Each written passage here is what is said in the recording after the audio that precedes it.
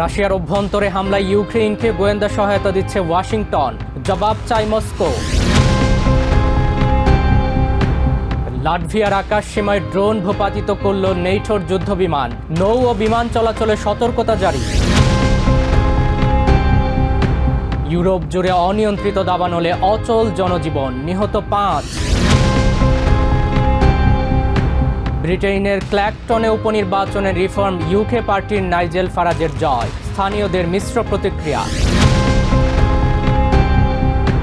ফ্রান্সে 15 বছরের নিচে সোশ্যাল মিডিয়া নিষিদ্ধের বিল স্থগিত করেছে আদালত। প্রেসিডেন্ট নির্বাচনের আগে আইনটির সংশোধনী নির্দেশ ম্যাক্রোর। ইউরোপের হালনাগাদ ও বৈচিত্র্যময় খবরাখবর আপনাদের সামনে এক নজরে তুলে ধরছি আমি মোহাম্মদ তৌহিদুজ্জামান।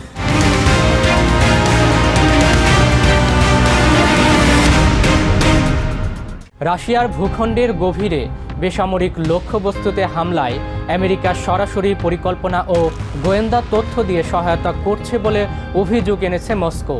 ওয়াশিংটনের কাছে বিষয়ে আনুষ্ঠানিক জবাব চাওয়া হয়েছে জানিয়ে রুশ পররাষ্ট্রমন্ত্রী সের্গেই ল্যাভরভ বলেছেন, পশ্চিমা সহায়তা ও যুদ্ধযন্ত্র চিরতরে ধ্বংস করতে রাশিয়া তাদের পদক্ষেপ আরও কঠোর করবে। কোনো ধরনের মধ্যবর্তী যুদ্ধবিরতির সম্ভাবনা উড়িয়ে দিয়ে তিনি জানান, স্থায়ী সমাধান না হওয়া পর্যন্ত মস্কো থামবে না। রাশিয়া ইউক্রেন যুদ্ধের 4.5 বছর অতিক্রমের সাথে সাথে আক্রমণের মাত্রা বাড়িয়েছে দুই পক্ষই। সম্প্রতি রাশিয়ার অভ্যন্তরীণ তেল শোধনাগার, জ্বালানির ডিপো ও বিভিন্ন বাণিজ্যিক প্রতিষ্ঠানে বাড়তে থাকা ড্রোন ও ক্ষেপণাস্ত্র হামলার পেছনে আমেরিকাকে সরাসরি দায়ী করেছে মস্কো। শুক্রবার রাষ্ট্রীয় গণমাধ্যমে দেয়া এক সাক্ষাৎকারে রুশ পররাষ্ট্রমন্ত্রী সের্গেই ল্যাভরভ স্পষ্ট জানান, ইউক্রেনকে দিয়ে এসব হামলা পরিচালনায় মূল ভূমিকা রাখছে ওয়াশিংটন।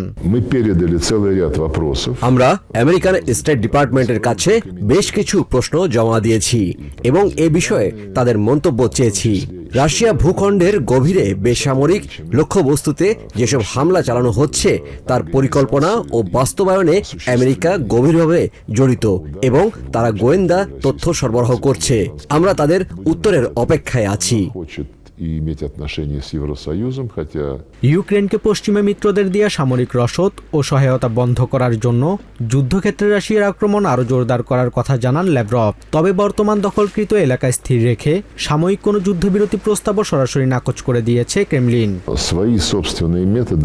কিয়েভের যুদ্ধযন্ত্রকে পশ্চিমারা যেভাবে সচল রাখছে তা ধ্বংস করতে আমরা আমাদের কৌশল আরও বেশি কঠোর করব এবং আমরা ইতোমধ্যে তা শুরু করে দিয়েছি। কোনো অবস্থাতেই বর্তমান সীমানায় যুদ্ধ থামানো যাবে না। এটি দীর্ঘমেয়াদী, নির্ভরযোগ্য ও স্থায়ী সমাধান নিশ্চিত হওয়ার পরই কেবল আমরা থামব। এদিকে ইউরোপিয়ান ইউনিয়নের নিষেধাজ্ঞার অংশ হিসেবে রাশিয়ার তেলবাহী ও বাণিজ্যিক জাহাজ জব্দের চেষ্টার করার সমালোচনা করেন ল্যাভরভ। ইইউ এর পদক্ষেপকে সমুদ্রপথে জলদস্যুতা আখ্যা দিয়ে তিনি হুঁশিয়ারি দেন, রাশিয়ার অর্থনৈতিক স্বার্থে আঘাত করা দেশগুলোর বাণিজ্যিক জাহাজে পাল্টা আঘাত আনবে রুশ নৌবাহিনী। আমাদের জাহাজ চুরি ও জলদস্যুতার জবাবে প্রেসিডেন্ট পুতিন খুব স্পষ্টভাবে বলেছেন, আমরাও একই ধরনের প্রতিক্রিয়া দেখাবো। কোন জাহাজগুলোকে লক্ষ্যবস্তু করা হবে তা আমরা নিজেরাই বেছে নেব। যেসব দেশ জলদস্যুতাকে তাদের সরকারি নীতিতে পরিণত করছে তাদের স্বার্থে পরিচালিত জাহাজগুলোকেই আঘাত করা হবে।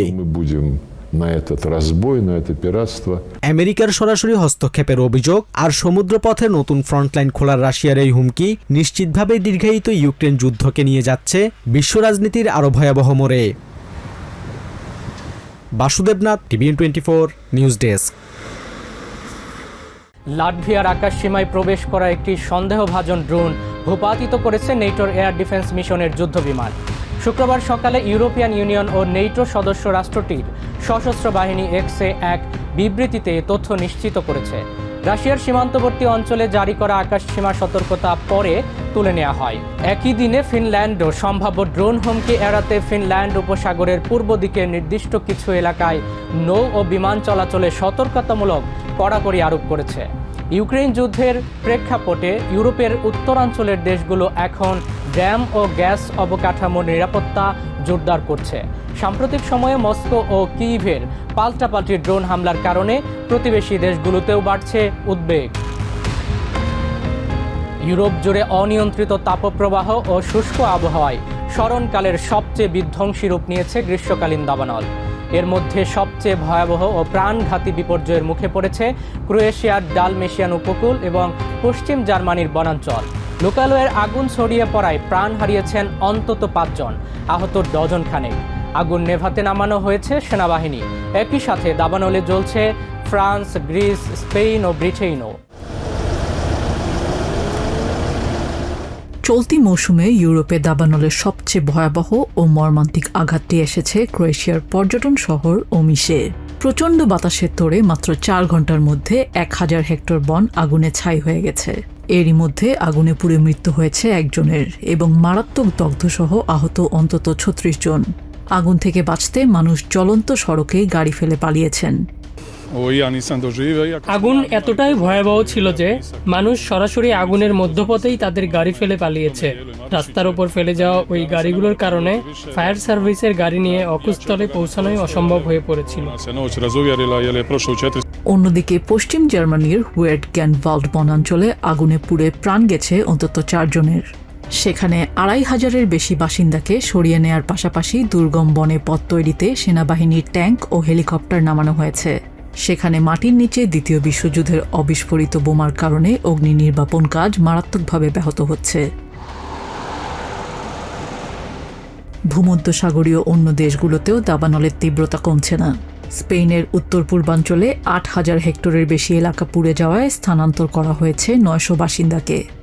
দক্ষিণ পশ্চিম ফ্রান্সে পাইন বনের আগুন লোকালয়ের মাত্র 2 কিলোমিটারের মধ্যে চলে আসায় জরুরি ভিত্তিতে খালি করা হয়েছে কয়েকটি গ্রাম। আর উত্তর গ্রিসের হেলকিডিকিতে নৌকায় করে সমুদ্রপথে উদ্ধার করা হয়েছে 3 শতাধিক পর্যটককে। আমরা সৈকতে থাকা অবস্থায় ধোঁয়ার কুণ্ডলী দেখি। এর পরপরই গ্রিক সরকারের জরুরি সতর্কতার মেসেজ আসে। এলাকা থেকে বেরিয়ে যাওয়ার সময় চারদিকে শুধু আগুন আর ধ্বংসস্তূপ দেখতে পাই। ব্রিটেনেও দাবানল রেকর্ড মাত্রা ছুঁয়েছে। স্টোর ব্রিজ সহ দেশটির মধ্যাঞ্চলে আগুনে পুড়ে ছাই হয়ে গেছে বহু ঘরবাড়ি। আগুন নেভাতে গিয়ে ধোঁয়ায় অসুস্থ হয়ে হাসপাতালে ভর্তি হয়েছেন 9 জন ফায়ার ফাইটার। ক্ষতিগ্রস্ত এলাকা পরিদর্শনে গিয়ে দাবানল মোকাবেলায় অগ্নি নির্বাপক বাহিনীকে আকাশপথে সহায়তা সহ স্থায়ী বরাদ্দের প্রতিশ্রুতি দিয়েছেন ব্রিটিশ প্রধানমন্ত্রী অ্যান্ডি বার্নাম।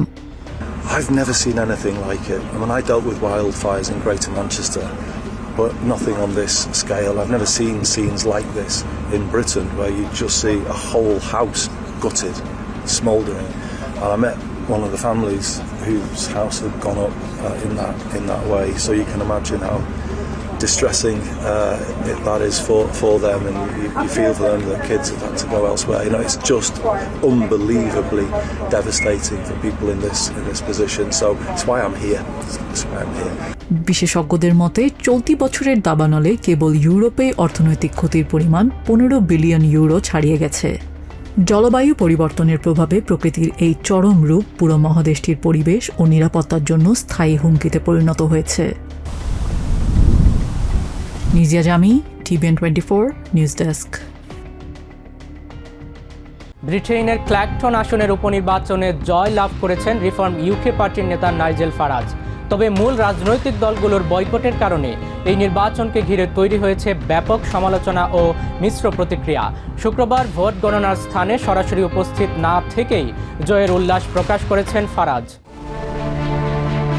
ব্রিটেনের রাজনীতিতে একের পর এক বিতর্কের কেন্দ্রবিন্দুতে থাকা রিফর্ম ইউকে নেতা নাইজেল ফারাজ ক্ল্যাকটনের উপনির্বাচনে নিজের আসন ধরে রেখেছেন। আর্থিক অনিয়মের অভিযোগ ওঠার পর ভোটারদের সমর্থন প্রমাণের লক্ষ্যেই পদত্যাগ করে পুনরায় এই উপনির্বাচন ডেকেছিলেন তিনি। জয় উদযাপনের সময় তিনি বলেন, মূলধারার সংবাদ মাধ্যম বা রাজনৈতিক শক্তি নয়, ক্ল্যাকটনের বাসিন্দারাই তার মূল বিচারক। I called this by-election because I wanted the people of Clacton, the voters of this constituency, to be my judge, not the mainstream media in Britain. প্রধান রাজনৈতিক দলগুলো এই নির্বাচনকে বয়কট করায় ফারাজের মূল প্রতিদ্বন্দ্বী ছিল বেশ কিছু স্বতন্ত্র প্রার্থী এবং কৌতুক চরিত্র কাউন্ট বিনফেস। ভোট গণনা কেন্দ্রে না থাকলেও সমর্থকদের উদ্দেশ্যে দেয়া বক্তব্যে একে জনগণের নিরঙ্কুশ রায় হিসেবে উল্লেখ করেন তিনি।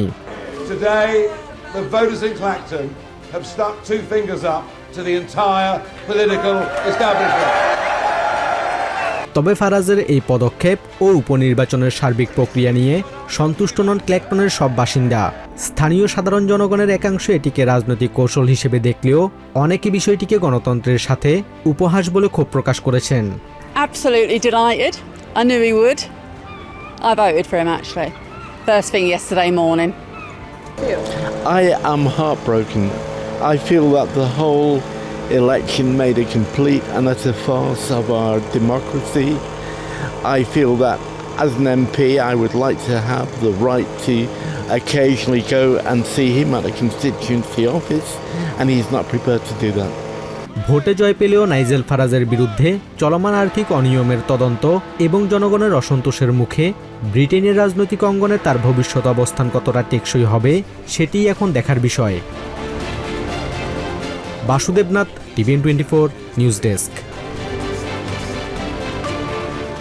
বাক স্বাধীনতার পরিপন্থী উল্লেখ করে 15 বছরের কম বয়সীদের জন্য সোশ্যাল মিডিয়া ব্যবহারের উপর নিষেধাজ্ঞার বিল স্থগিত করেছে ফ্রান্সের শীর্ষ আদালত। শুক্রবার সাংবিধানিক পরিষদ জানিয়েছে, বয়সের প্রমাণ নিশ্চিত করার সুনির্দিষ্ট আইনি সুরক্ষা ছাড়াই এই আইন করা হয়েছিল।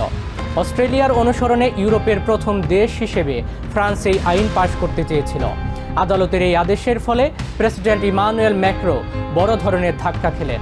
এদিকে ম্যাক্রো আগামী বসন্তের প্রেসিডেন্ট নির্বাচনের আগেই আইনটি সংশোধন করে পুনরায় চালুর নির্দেশ দিয়েছেন প্রধানমন্ত্রী সেবাস্তিয়ান লেকর্নুকে। আদালতের উদ্বেগগুলো আমলে নিয়ে দ্রুত খসড়াটি পুনর্লিখন করা হবে বলে জানিয়েছে এলিসি প্যালেস। 2027 সালের বসন্তে ফ্রান্সে নতুন নির্বাচন অনুষ্ঠিত হওয়ার কথা রয়েছে এবং এর আগেই সংস্কার কাজটি সম্পন্ন করতে বদ্ধপরিকর সরকার। ইটালির পারমা শহরের একটি মিউজিয়াম থেকে চুরি হওয়া ফ্রান্সের বিখ্যাত 3 চিত্রশিল্পী পল সিজান, পিয়েরে আগুস্তে, রেনোয়ার এবং হেনরি মাতিসের 3টি অমূল্য চিত্রকর্ম উদ্ধার করেছে পুলিশ। ইটালির কালচারাল হেরিটেজ প্রোটেকশন ইউনিট এক জটিল তদন্তের মাধ্যমে এই শিল্পকর্মগুলো পুনরুদ্ধার করতে সক্ষম হয়। গত মার্চে মাত্র 3 মিনিটের মধ্যে 2 মুখোশধারী চোর ফান্দাজিওনে ম্যাগনানি রোক্কা মিউজিয়ামের জানালা ভেঙে দেয়াল থেকে ছবিগুলো খুলে নিয়ে পালিয়ে যায়। শিল্প বিশেষজ্ঞদের মতে উদ্ধারকৃত এসব মাস্টারপিসের আনুমানিক মূল্য 9 মিলিয়ন ইউরোর বেশি। দ্রুততম সময়ে চিত্রকর্মগুলো উদ্ধার ইটালিয়ান পুলিশের জন্য একটি বড় অর্জন হিসেবে দেখছেন শিল্পবোদ্ধারা। তুর্কির দক্ষিণ পূর্বাঞ্চলে অবস্থিত 12,000 বছরের প্রাচীন বিখ্যাত প্রত্নতাত্ত্বিক স্থান গোবেকলি টেপেতে নতুন করে খনন কাজ শুরু করেছেন প্রত্নতত্ত্ববিদরা। দেশটির সংস্কৃত মন্ত্রী মেহমেত নুরি এরশয় জানিয়েছেন, 80 মিটার ব্যাস ও 70 মিটার দৈর্ঘ্য পরিমাপের নতুন ওই অঞ্চলে তৎকালীন সাধারণ জীবনের ব্যবহৃত বিভিন্ন স্থাপনা ও প্রাচীন কুঁড়েঘরের সন্ধান মিলবে বলে আশা করা হচ্ছে। মূল খননস্থলের উত্তর দিকে বর্গাকারে চিহ্নিত স্থানে বর্তমানে এই গবেষণা চালানো হচ্ছে। এদিকে সংগৃহীত প্রত্নবস্তু পুনরুদ্ধার, দেয়াল শক্তকরণ এবং বিশেষ লোহার তৈরি দড়ি দিয়ে ওবেলিস্কগুলোকে সুরক্ষিত করার কাজও জোর কদমে চলছে। পুরো ঐতিহাসিক আবিষ্কারটি সঠিক সংরক্ষণ নিশ্চিত করাই গবেষকদের মূল লক্ষ্য। এক নজরে ইউরোপের আরও নানা খবর পেতে চোখ রাখুন টিভিএন 24 নিউজ নেটওয়ার্কের ইউটিউব ও ফেসবুক পেজে।